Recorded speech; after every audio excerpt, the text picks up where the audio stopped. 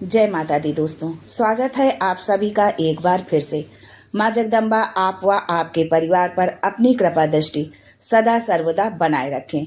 दोस्तों, यदि आप अपनी लाइफ में नया कुछ सीखना चाहते हैं और हमारे चैनल पर पहली बार आए हैं तो चैनल को सब्सक्राइब करके बेल आइकन जरूर दबाइएगा ताकि आने वाला नॉलेजेबल वीडियो सबसे पहले आपको मिले।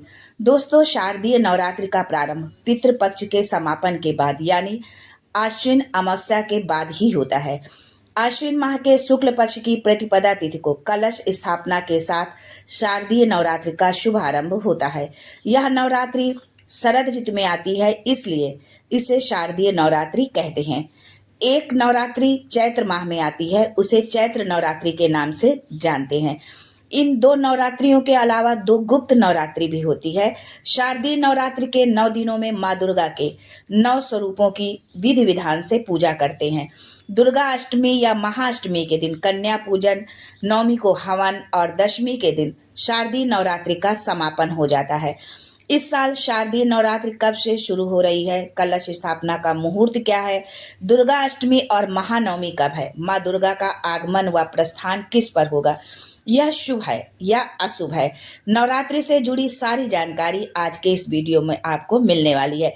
इसलिए वीडियो को अंत तक देखें और कमेंट में जय माता दी जरूर लिखें। आगे बढ़ने से पहले आपसे रिक्वेस्ट करती हूँ कि वीडियो को लाइक करिएगा, दोस्तों को शेयर कर दीजिएगा और अगर आपने अभी तक चैनल को सब्सक्राइब नहीं किया है तो चैनल को सब्सक्राइब करके बेल आइकन जरूर दबाइएगा।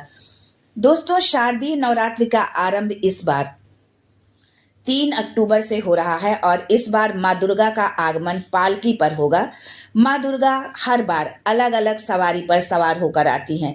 माँ दुर्गा किस वाहन से आएंगी, इसका असर देश और दुनिया पर देखने को मिलता है। अब की बार माँ दुर्गा पालकी पर सवार होकर आएंगी, या हम डोली भी उसको कह सकते हैं कि डोली पर माता सवार होकर के आएंगी। माँ दुर्गा का पालकी पर या डोली पर सवार होकर आना देश की सुरक्षा और अर्थव्यवस्था के लिए अच्छा संकेत नहीं है। नवरात्रि में माँ दुर्गा किस वाहन पर सवार होकर आएंगी, ये इस पर निर्भर करता है कि नवरात्रि का शुभारंभ किस दिन से हो रहा है। मंगलवार और शनिवार को नवरात्रि का शुभारंभ होता है तो माँ दुर्गा की सवारी अश्व यानी घोड़ा मानी जाती है। यदि नवरात्रि गुरुवार और शुक्रवार को आरंभ होती है तो माँ दुर्गा की सवारी डोली और पालकी मानी जाती है। यदि माँ दुर्गा रविवार व सोमवार को आती हैं तो उनकी सवारी हाथी होती है, जो कि सबसे शुभ मानी जाती है। इसके साथ ही बुधवार के दिन आती हैं तो नौका में सवार होकर आती हैं।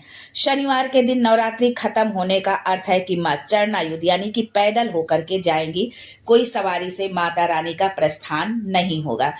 माँ का दुर्गा का आगमन पालकी पर शुभ नहीं माना जाता है और पैदल प्रस्थान भी शुभ नहीं माना जाता है। इसका मानव के जीवन पर बुरा प्रभाव पड़ सकता है। देश दुनिया को आंशिक महामारी व प्राकृतिक आपदा का सामना करना पड़ता है। वहीं माता रानी का चरणायुध प्रस्थान करने से जीवन में दुख और अशांति बढ़ सकती है। यदि आप नवरात्रि का पूर्ण फल प्राप्त करना चाहते हैं तो इसके लिए कुछ नियमों को ध्यान में जरूर रखें और माता रानी का जो है आगमन और प्रस्थान दोनों जो है देश दुनिया और स्वयं के लिए भी जो है शुभ नहीं है। तो इसके लिए कुछ नियमों का आप पालन जरूर करें, जिससे कि आपको माता रानी के पूजा का, व्रत का और जो भी आप अनुष्ठान आप कर रहे हैं नवरात्रि में 9 दिनों में, उसका पूर्ण फल आपको प्राप्त हो। यदि आप 9 दिनों के दौरान आपने अखंड ज्योति जला के रखी है तो इस दौरान घर को खाली छोड़कर नहीं जाना चाहिए। इस दौरान लहसुन, प्याज, मांस, मदिरा से भी दूरी बनानी चाहिए, इनका प्रयोग नहीं करना चाहिए। विष्णु पुराण में वर्णन मिलता है कि नवरात्रि का व्रत करने वाले साधक को दिन में नहीं सोना चाहिए।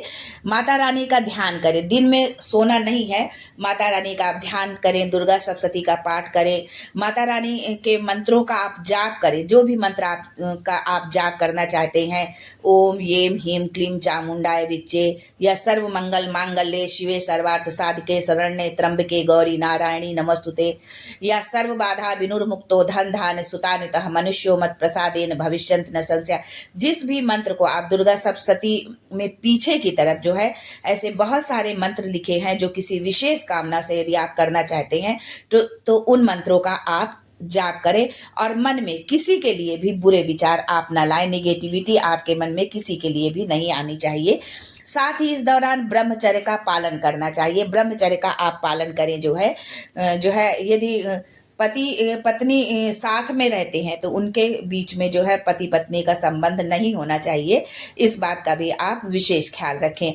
दोस्तों, अब जानते हैं कि घट स्थापना का शुभ मुहूर्त क्या होगा, क्योंकि जब हम घट स्थापना शुभ मुहूर्त में करते हैं तभी जो है माता रानी का जो है वास होता है और जोत जो हम जलाते हैं उसमें माँ की जो है महिमा होती है, माँ का जो है उसमें बल होता है, माँ की ताकत होती है, माँ की शक्ति उसमें समाहित होती है।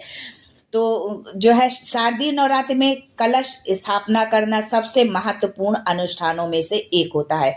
मान लीजिए कि यदि आपके पास माता रानी की कोई तस्वीर नहीं है, कोई मूर्ति नहीं है और आप जो है इस बार जो है नवरात्रि पर कलश स्थापना करना चाहते हैं, माता की चौकी बिठाना चाहते हैं, तो आप बिना मूर्ति और बिना जो है तस्वीर के भी, माता रानी की यदि तस्वीर नहीं है तो उसके बिना भी आप अपनी इस पूजा को आप संपन्न कर सकते हैं। कैसे करना है कि आप यदि मात्र एक जो है कलश आप स्थापित करते हैं तो उस कलश स्थापना में ही संपूर्ण देवी देवताओं का वास होता है, माता रानी का उसमें निवास बन जाता है। और जो है जो आप ज्योत जलाते हैं, बस कलश और ज्योत ही जो है पर्याप्त है। अगर आपके पास जो है कोई मूर्ति या तस्वीर नहीं है तो आप ऐसे भी माता रानी की स्थापना कर सकते हैं।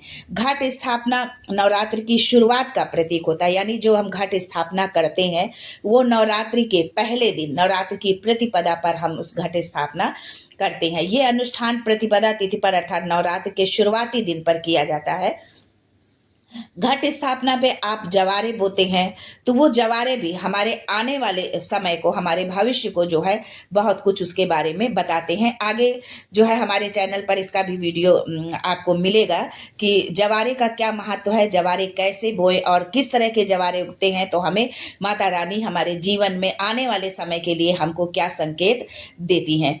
साल 2024 में कलश स्थापना का शुभ मुहूर्त 3 अक्टूबर 2024 को सुबह 6:19 से लेकर 7:23 पर होगा। यानी 6:19 से 7:23 के बीच में आपकी कलश स्थापना हो जानी चाहिए। इसके साथ ही एक अभिजीत मुहूर्त है। अगर मान लो सुबह के समय में किसी के पास में समय नहीं है, सुबह जो है तो वो 11:52 से लेकर 12:40 पर कलश स्थापना कर सकते हैं। ये अभिजीत मुहूर्त होगा। मान लो किसी को अपना ड्यूटी ऑफिस जाना है और इस समय नहीं कर सकते तो वो सुबह के समय मॉर्निंग में कर ले। 6:19 से 7:23 के बीच का समय है उनके लिए। और जो घर में है या अपना आराम से करना चाहते हैं या कोई सुबह नहीं पॉसिबल है उनके लिए करना, तो वो 11:52 से लेकर 12:40 तक घट स्थापना कर सकते हैं। दोस्तों, दुर्गा अष्टमी आश्विन शुक्ल अष्टमी तिथि को मनाई जाती है। इस साल दुर्गा अष्टमी 11 अक्टूबर दिन शुक्रवार को है। उसी दिन कन्या पूजन भी किया जाएगा अष्टमी के दिन। इस साल महानवमी भी 11 अक्टूबर को ही है, यानी कि अष्टमी और नवमी दोनों तिथियां एक ही दिन पड़ रही हैं।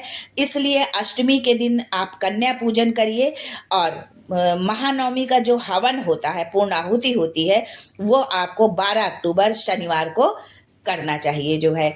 और यदि मान लो कभी क्या होता है, नवरात्र के दौरान बहुत से लोग ऐसे होते हैं कि जो बीच में ही कन्या पूजन कर देते हैं अपने समय के, अपनी सुविधा के अनुसार। तो यदि कुछ ऐसी अड़चन है आपके साथ में, आप नहीं कर सकते हैं, तो आप जैसा है समय आपके पास वैसा करें। लेकिन अच्छा यही होता है कि अष्टमी के दिन आप कन्या पूजन करें और नवमी को जो है आप हवन करें जो है। लेकिन अष्टमी और नवमी एक ही दिन पड़ रही है, इसलिए नवमी का जो हवन होगा वो 11 अक्टूबर को नहीं होगा, 12 अक्टूबर शनिवार को नवमी का हवन किया जाएगा। आज के लिए बस इतना ही दोस्तों, मिलते हैं कुछ नया, कुछ अद्भुत आपके लिए लेकर। तब तक के लिए जय माता दी and thanks for watching my video.